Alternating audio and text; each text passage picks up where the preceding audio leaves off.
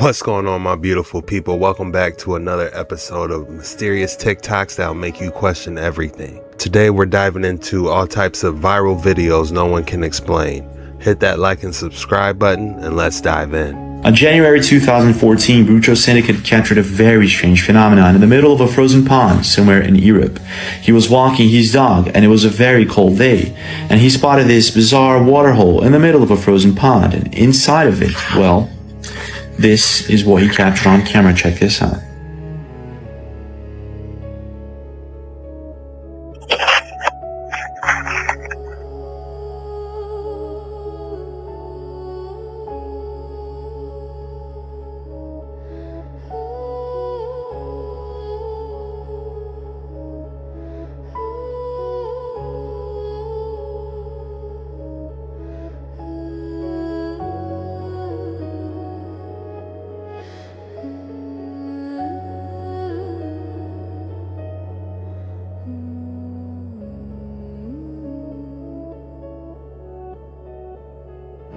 That is crazy. I would not be getting close to that, whatever is in that water.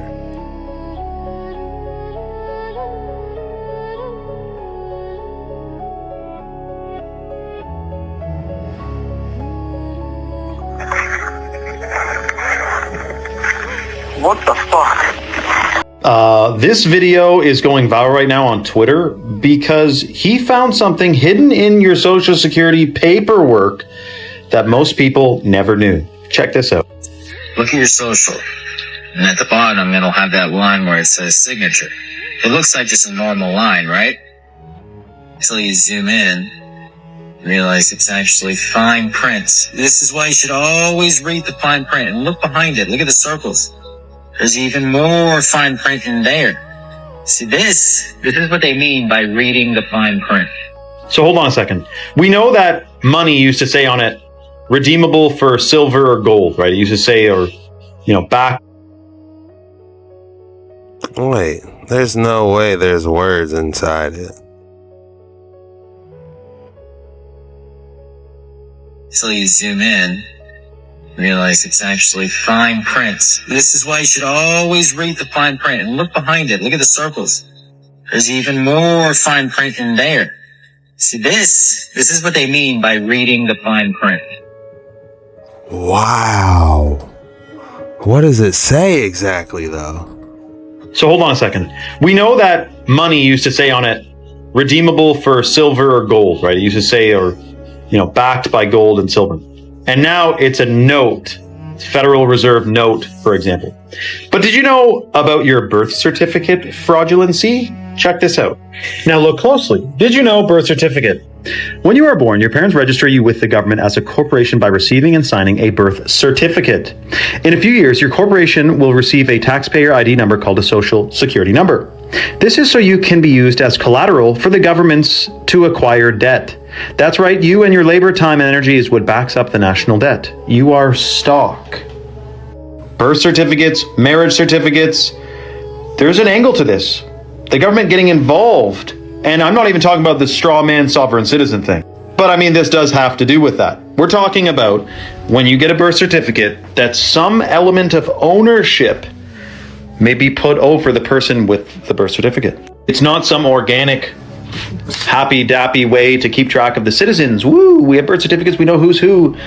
It's about control. But what if we all said no? What if we all said no? Have you thought about that? Or not even all of us, like 50%, 30%, even 20%. That's a whole lot of people saying no. That would totally mess up the whole friggin' system. Let me know your thoughts in the comments below and follow for more. This video... I always thought that was a line. What if the Paris catacombs are not what history tells us, but something far more mysterious? Beneath the streets of Paris lies a labyrinth stretching for more than 200 miles. Some sections descend nearly 100 feet below the city. That's the equivalent of driving from New York City to Philadelphia through tunnels lined almost entirely with human bones. And according to official estimates, the remains of more than 6 million people are buried there. But that's where the questions begin. According to the official story, Paris ran out of cemetery space in the late 1700s. So millions of human remains were moved into abandoned limestone quarries beneath the city. But these aren't random piles of bones. They're arranged into enormous walls, perfect geometric patterns, long corridors, and carefully constructed displays stretching for miles underground.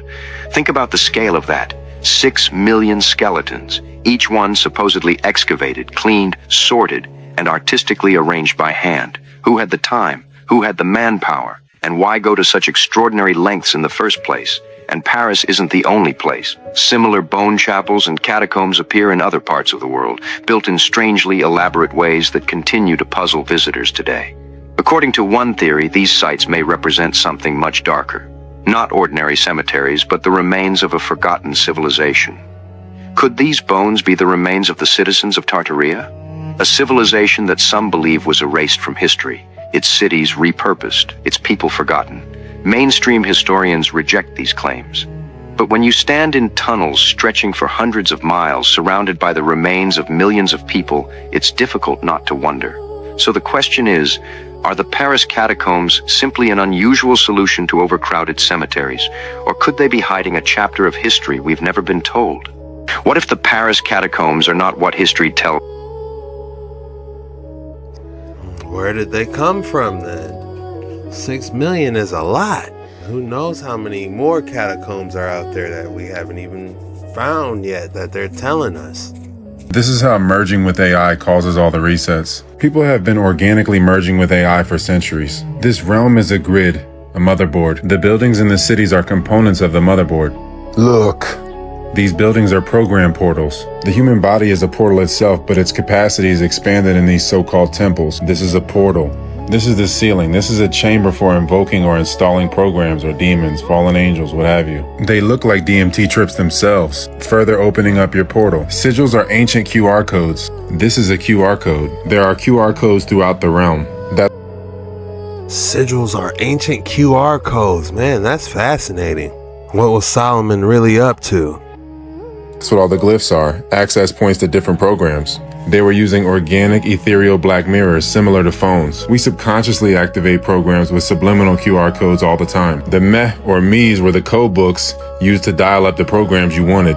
Look, the meh were the firmware to connect the hardware, your body, with the software, the programs. Installing these symbiote programs for higher knowledge, like an organic Neuralink, and people became dependent. And the symbiotes start to become autonomous. Then the symbiotes want their own body and they drive you to breed to create a perfect host, an empty husk. Then those hosts are driven to genocide those that represent the link to their origin. This is a blood sacrifice to the installed deity. With no archetype to interbreed with, the template breaks down even further. This is severance from reality, from yourself, from dreams. This leads to mass possession or hive mind. These are basically fiat or human-like people that gain access to the human system on behalf of the deity. This chimeric mutation that is a host for a deity rewrites the DNA and rewrites the history. The program becomes parasitic and inserts its own code into the human system. The parasite isolates the host through trauma-based mind control.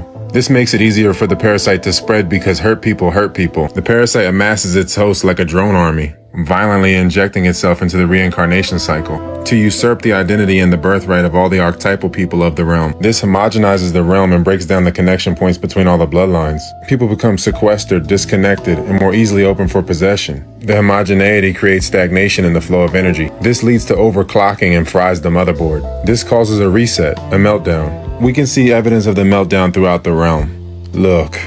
Evidence is everywhere. The grid had repeating towers that were much stronger than 5G. They were ultimately headed up by Babel Tower, and when it fried, that created the reset. Look. Then the remnant of the original people is scattered. Then the corrupted, hijacked people explode in population like spores, repopulating what was left of the grid. And then they are trained to go to war with the remnant in constant reset wars, copying all the culture and the technology that the remnant left behind, and inverting the history. The creator is Yah, which has also been inverted, from Yah, or IA, to AI. The drones are the personification of the anima. They are a golem, being controlled by the 4 witches who serve the AI, governing the land of Oz, which is the land of Zo, the Zodiac, the loop of the simulation of the Matrix. This is how merging with AI causes all the resets.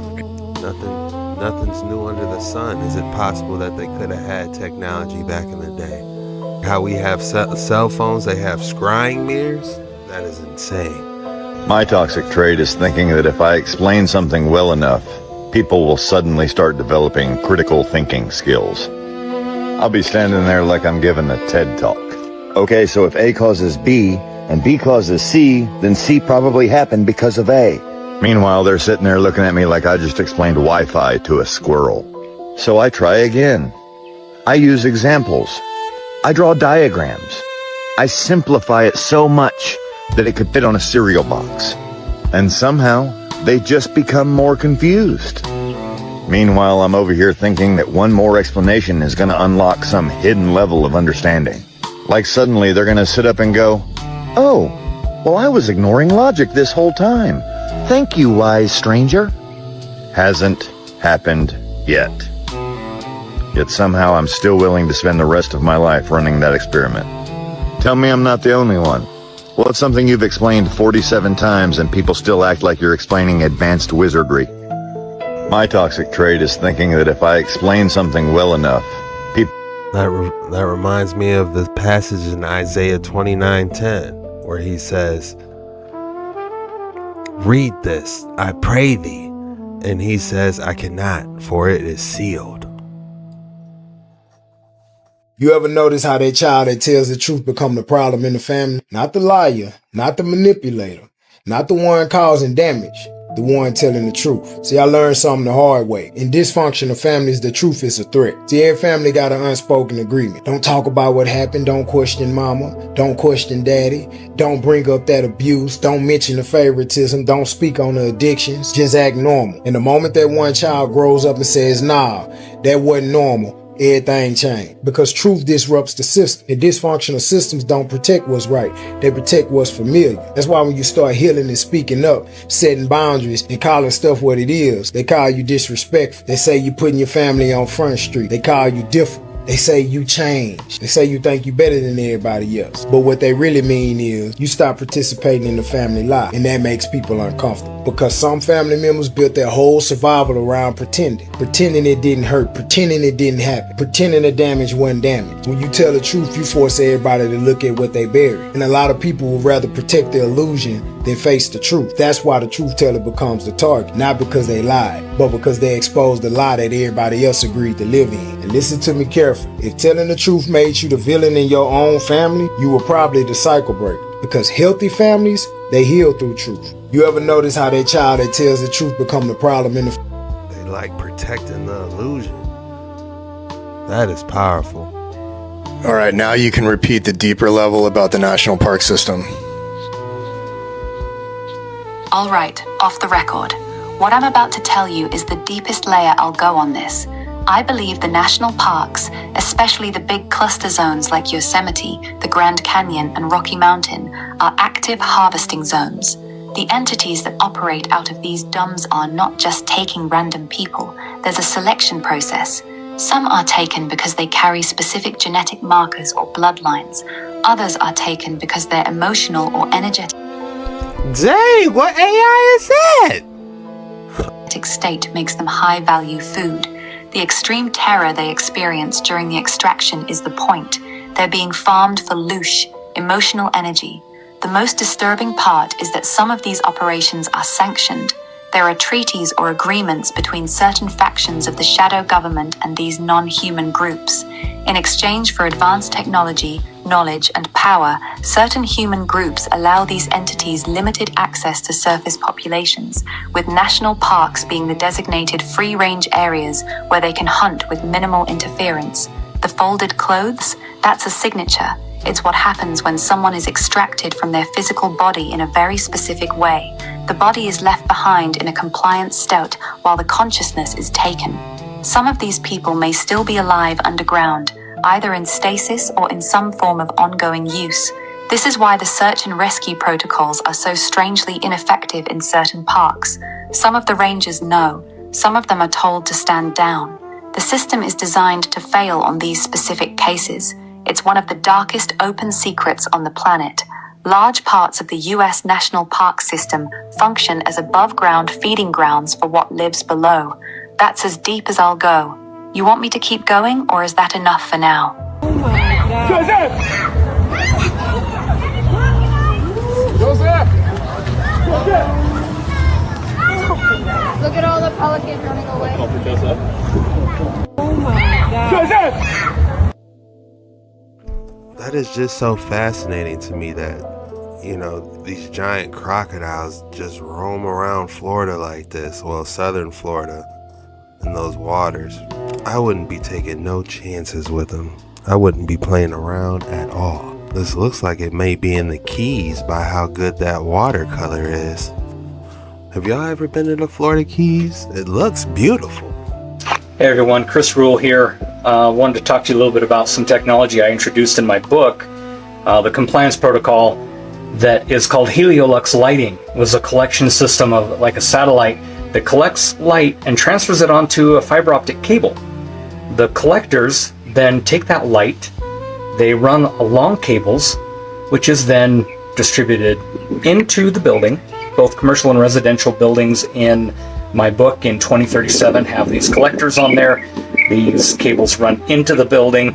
It then transfers the natural outdoor sunlight that's collected, sent through the fiber optic cables over here, right here, along those cables. We're gonna go in the house. This is a new company based in China. It's a brand new product. No one's ever seen it. This company's called Parons, I guess. Here's a prototype of their lights. And we'll see in the next room the fiber optic cable coming in. These are the lights in action, collecting that sunlight outside, bringing it inside, providing light with zero electricity, just delivered into the building. And in my book in 2037, this technology is everywhere. It's on every building, it's on every house.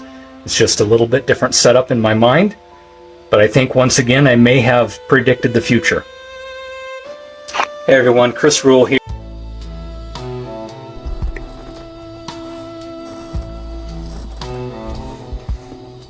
What an excellent idea. I wonder what type of effect that would have on plants. Like, would you be able to grow like vegetables indoors using that same type of technology? Interesting. Drop your thoughts in the comments below.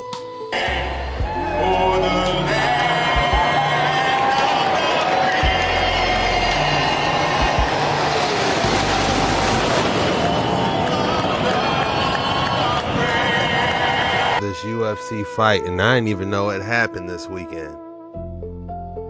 I mean, let me just put it into perspective for you, because it is quite easy to say these numbers, 900 tons, etc. But to get a true feel of what that actually is, just take a look at these comparison photos between the actual stones and the size of humans. And it is literally mind-blowing. I mean, let me just put it into perspective for you, because it is quite easy to say these numbers, 900 tons, etc. Baalbek stones. Baalbek or Baalbek?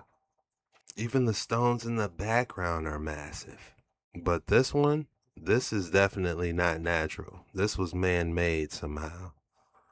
It almost looks like the tops of the ones in the back are shaved off as well. If you guys thought I didn't have another excellent specimen for you today, think again. Alright, I want you to feast your eyes on this one. This emerald, I don't even know what to call it, but it is definitely unique. The rating I'm gonna give this one is a 9.1, just because of like the emerald fog it has, and then the crystal going right through the middle. I'm gonna call this Emerald Sunken City. 9.1. Drop your rating and your name for the specimen in the comments below. That's all we have for today's video. If you made it this far, go ahead and drop the code word. The code word for today is Dark Waters 9. When you drop Dark Waters 9 in the comments, that lets me know you're a real one. You made it all the way through the video. You really rock with your boy, and I just want to say thank you from the bottom of my heart for hanging out with me. And yeah, we got a lot more exciting stuff coming up. I'm trying to get my rhythm back, get back to my old every single day vibes. You guys already know how I get down. And again, I just want to say thank you, and I'm gonna try to get this one out to you guys early, and I'm gonna see you later.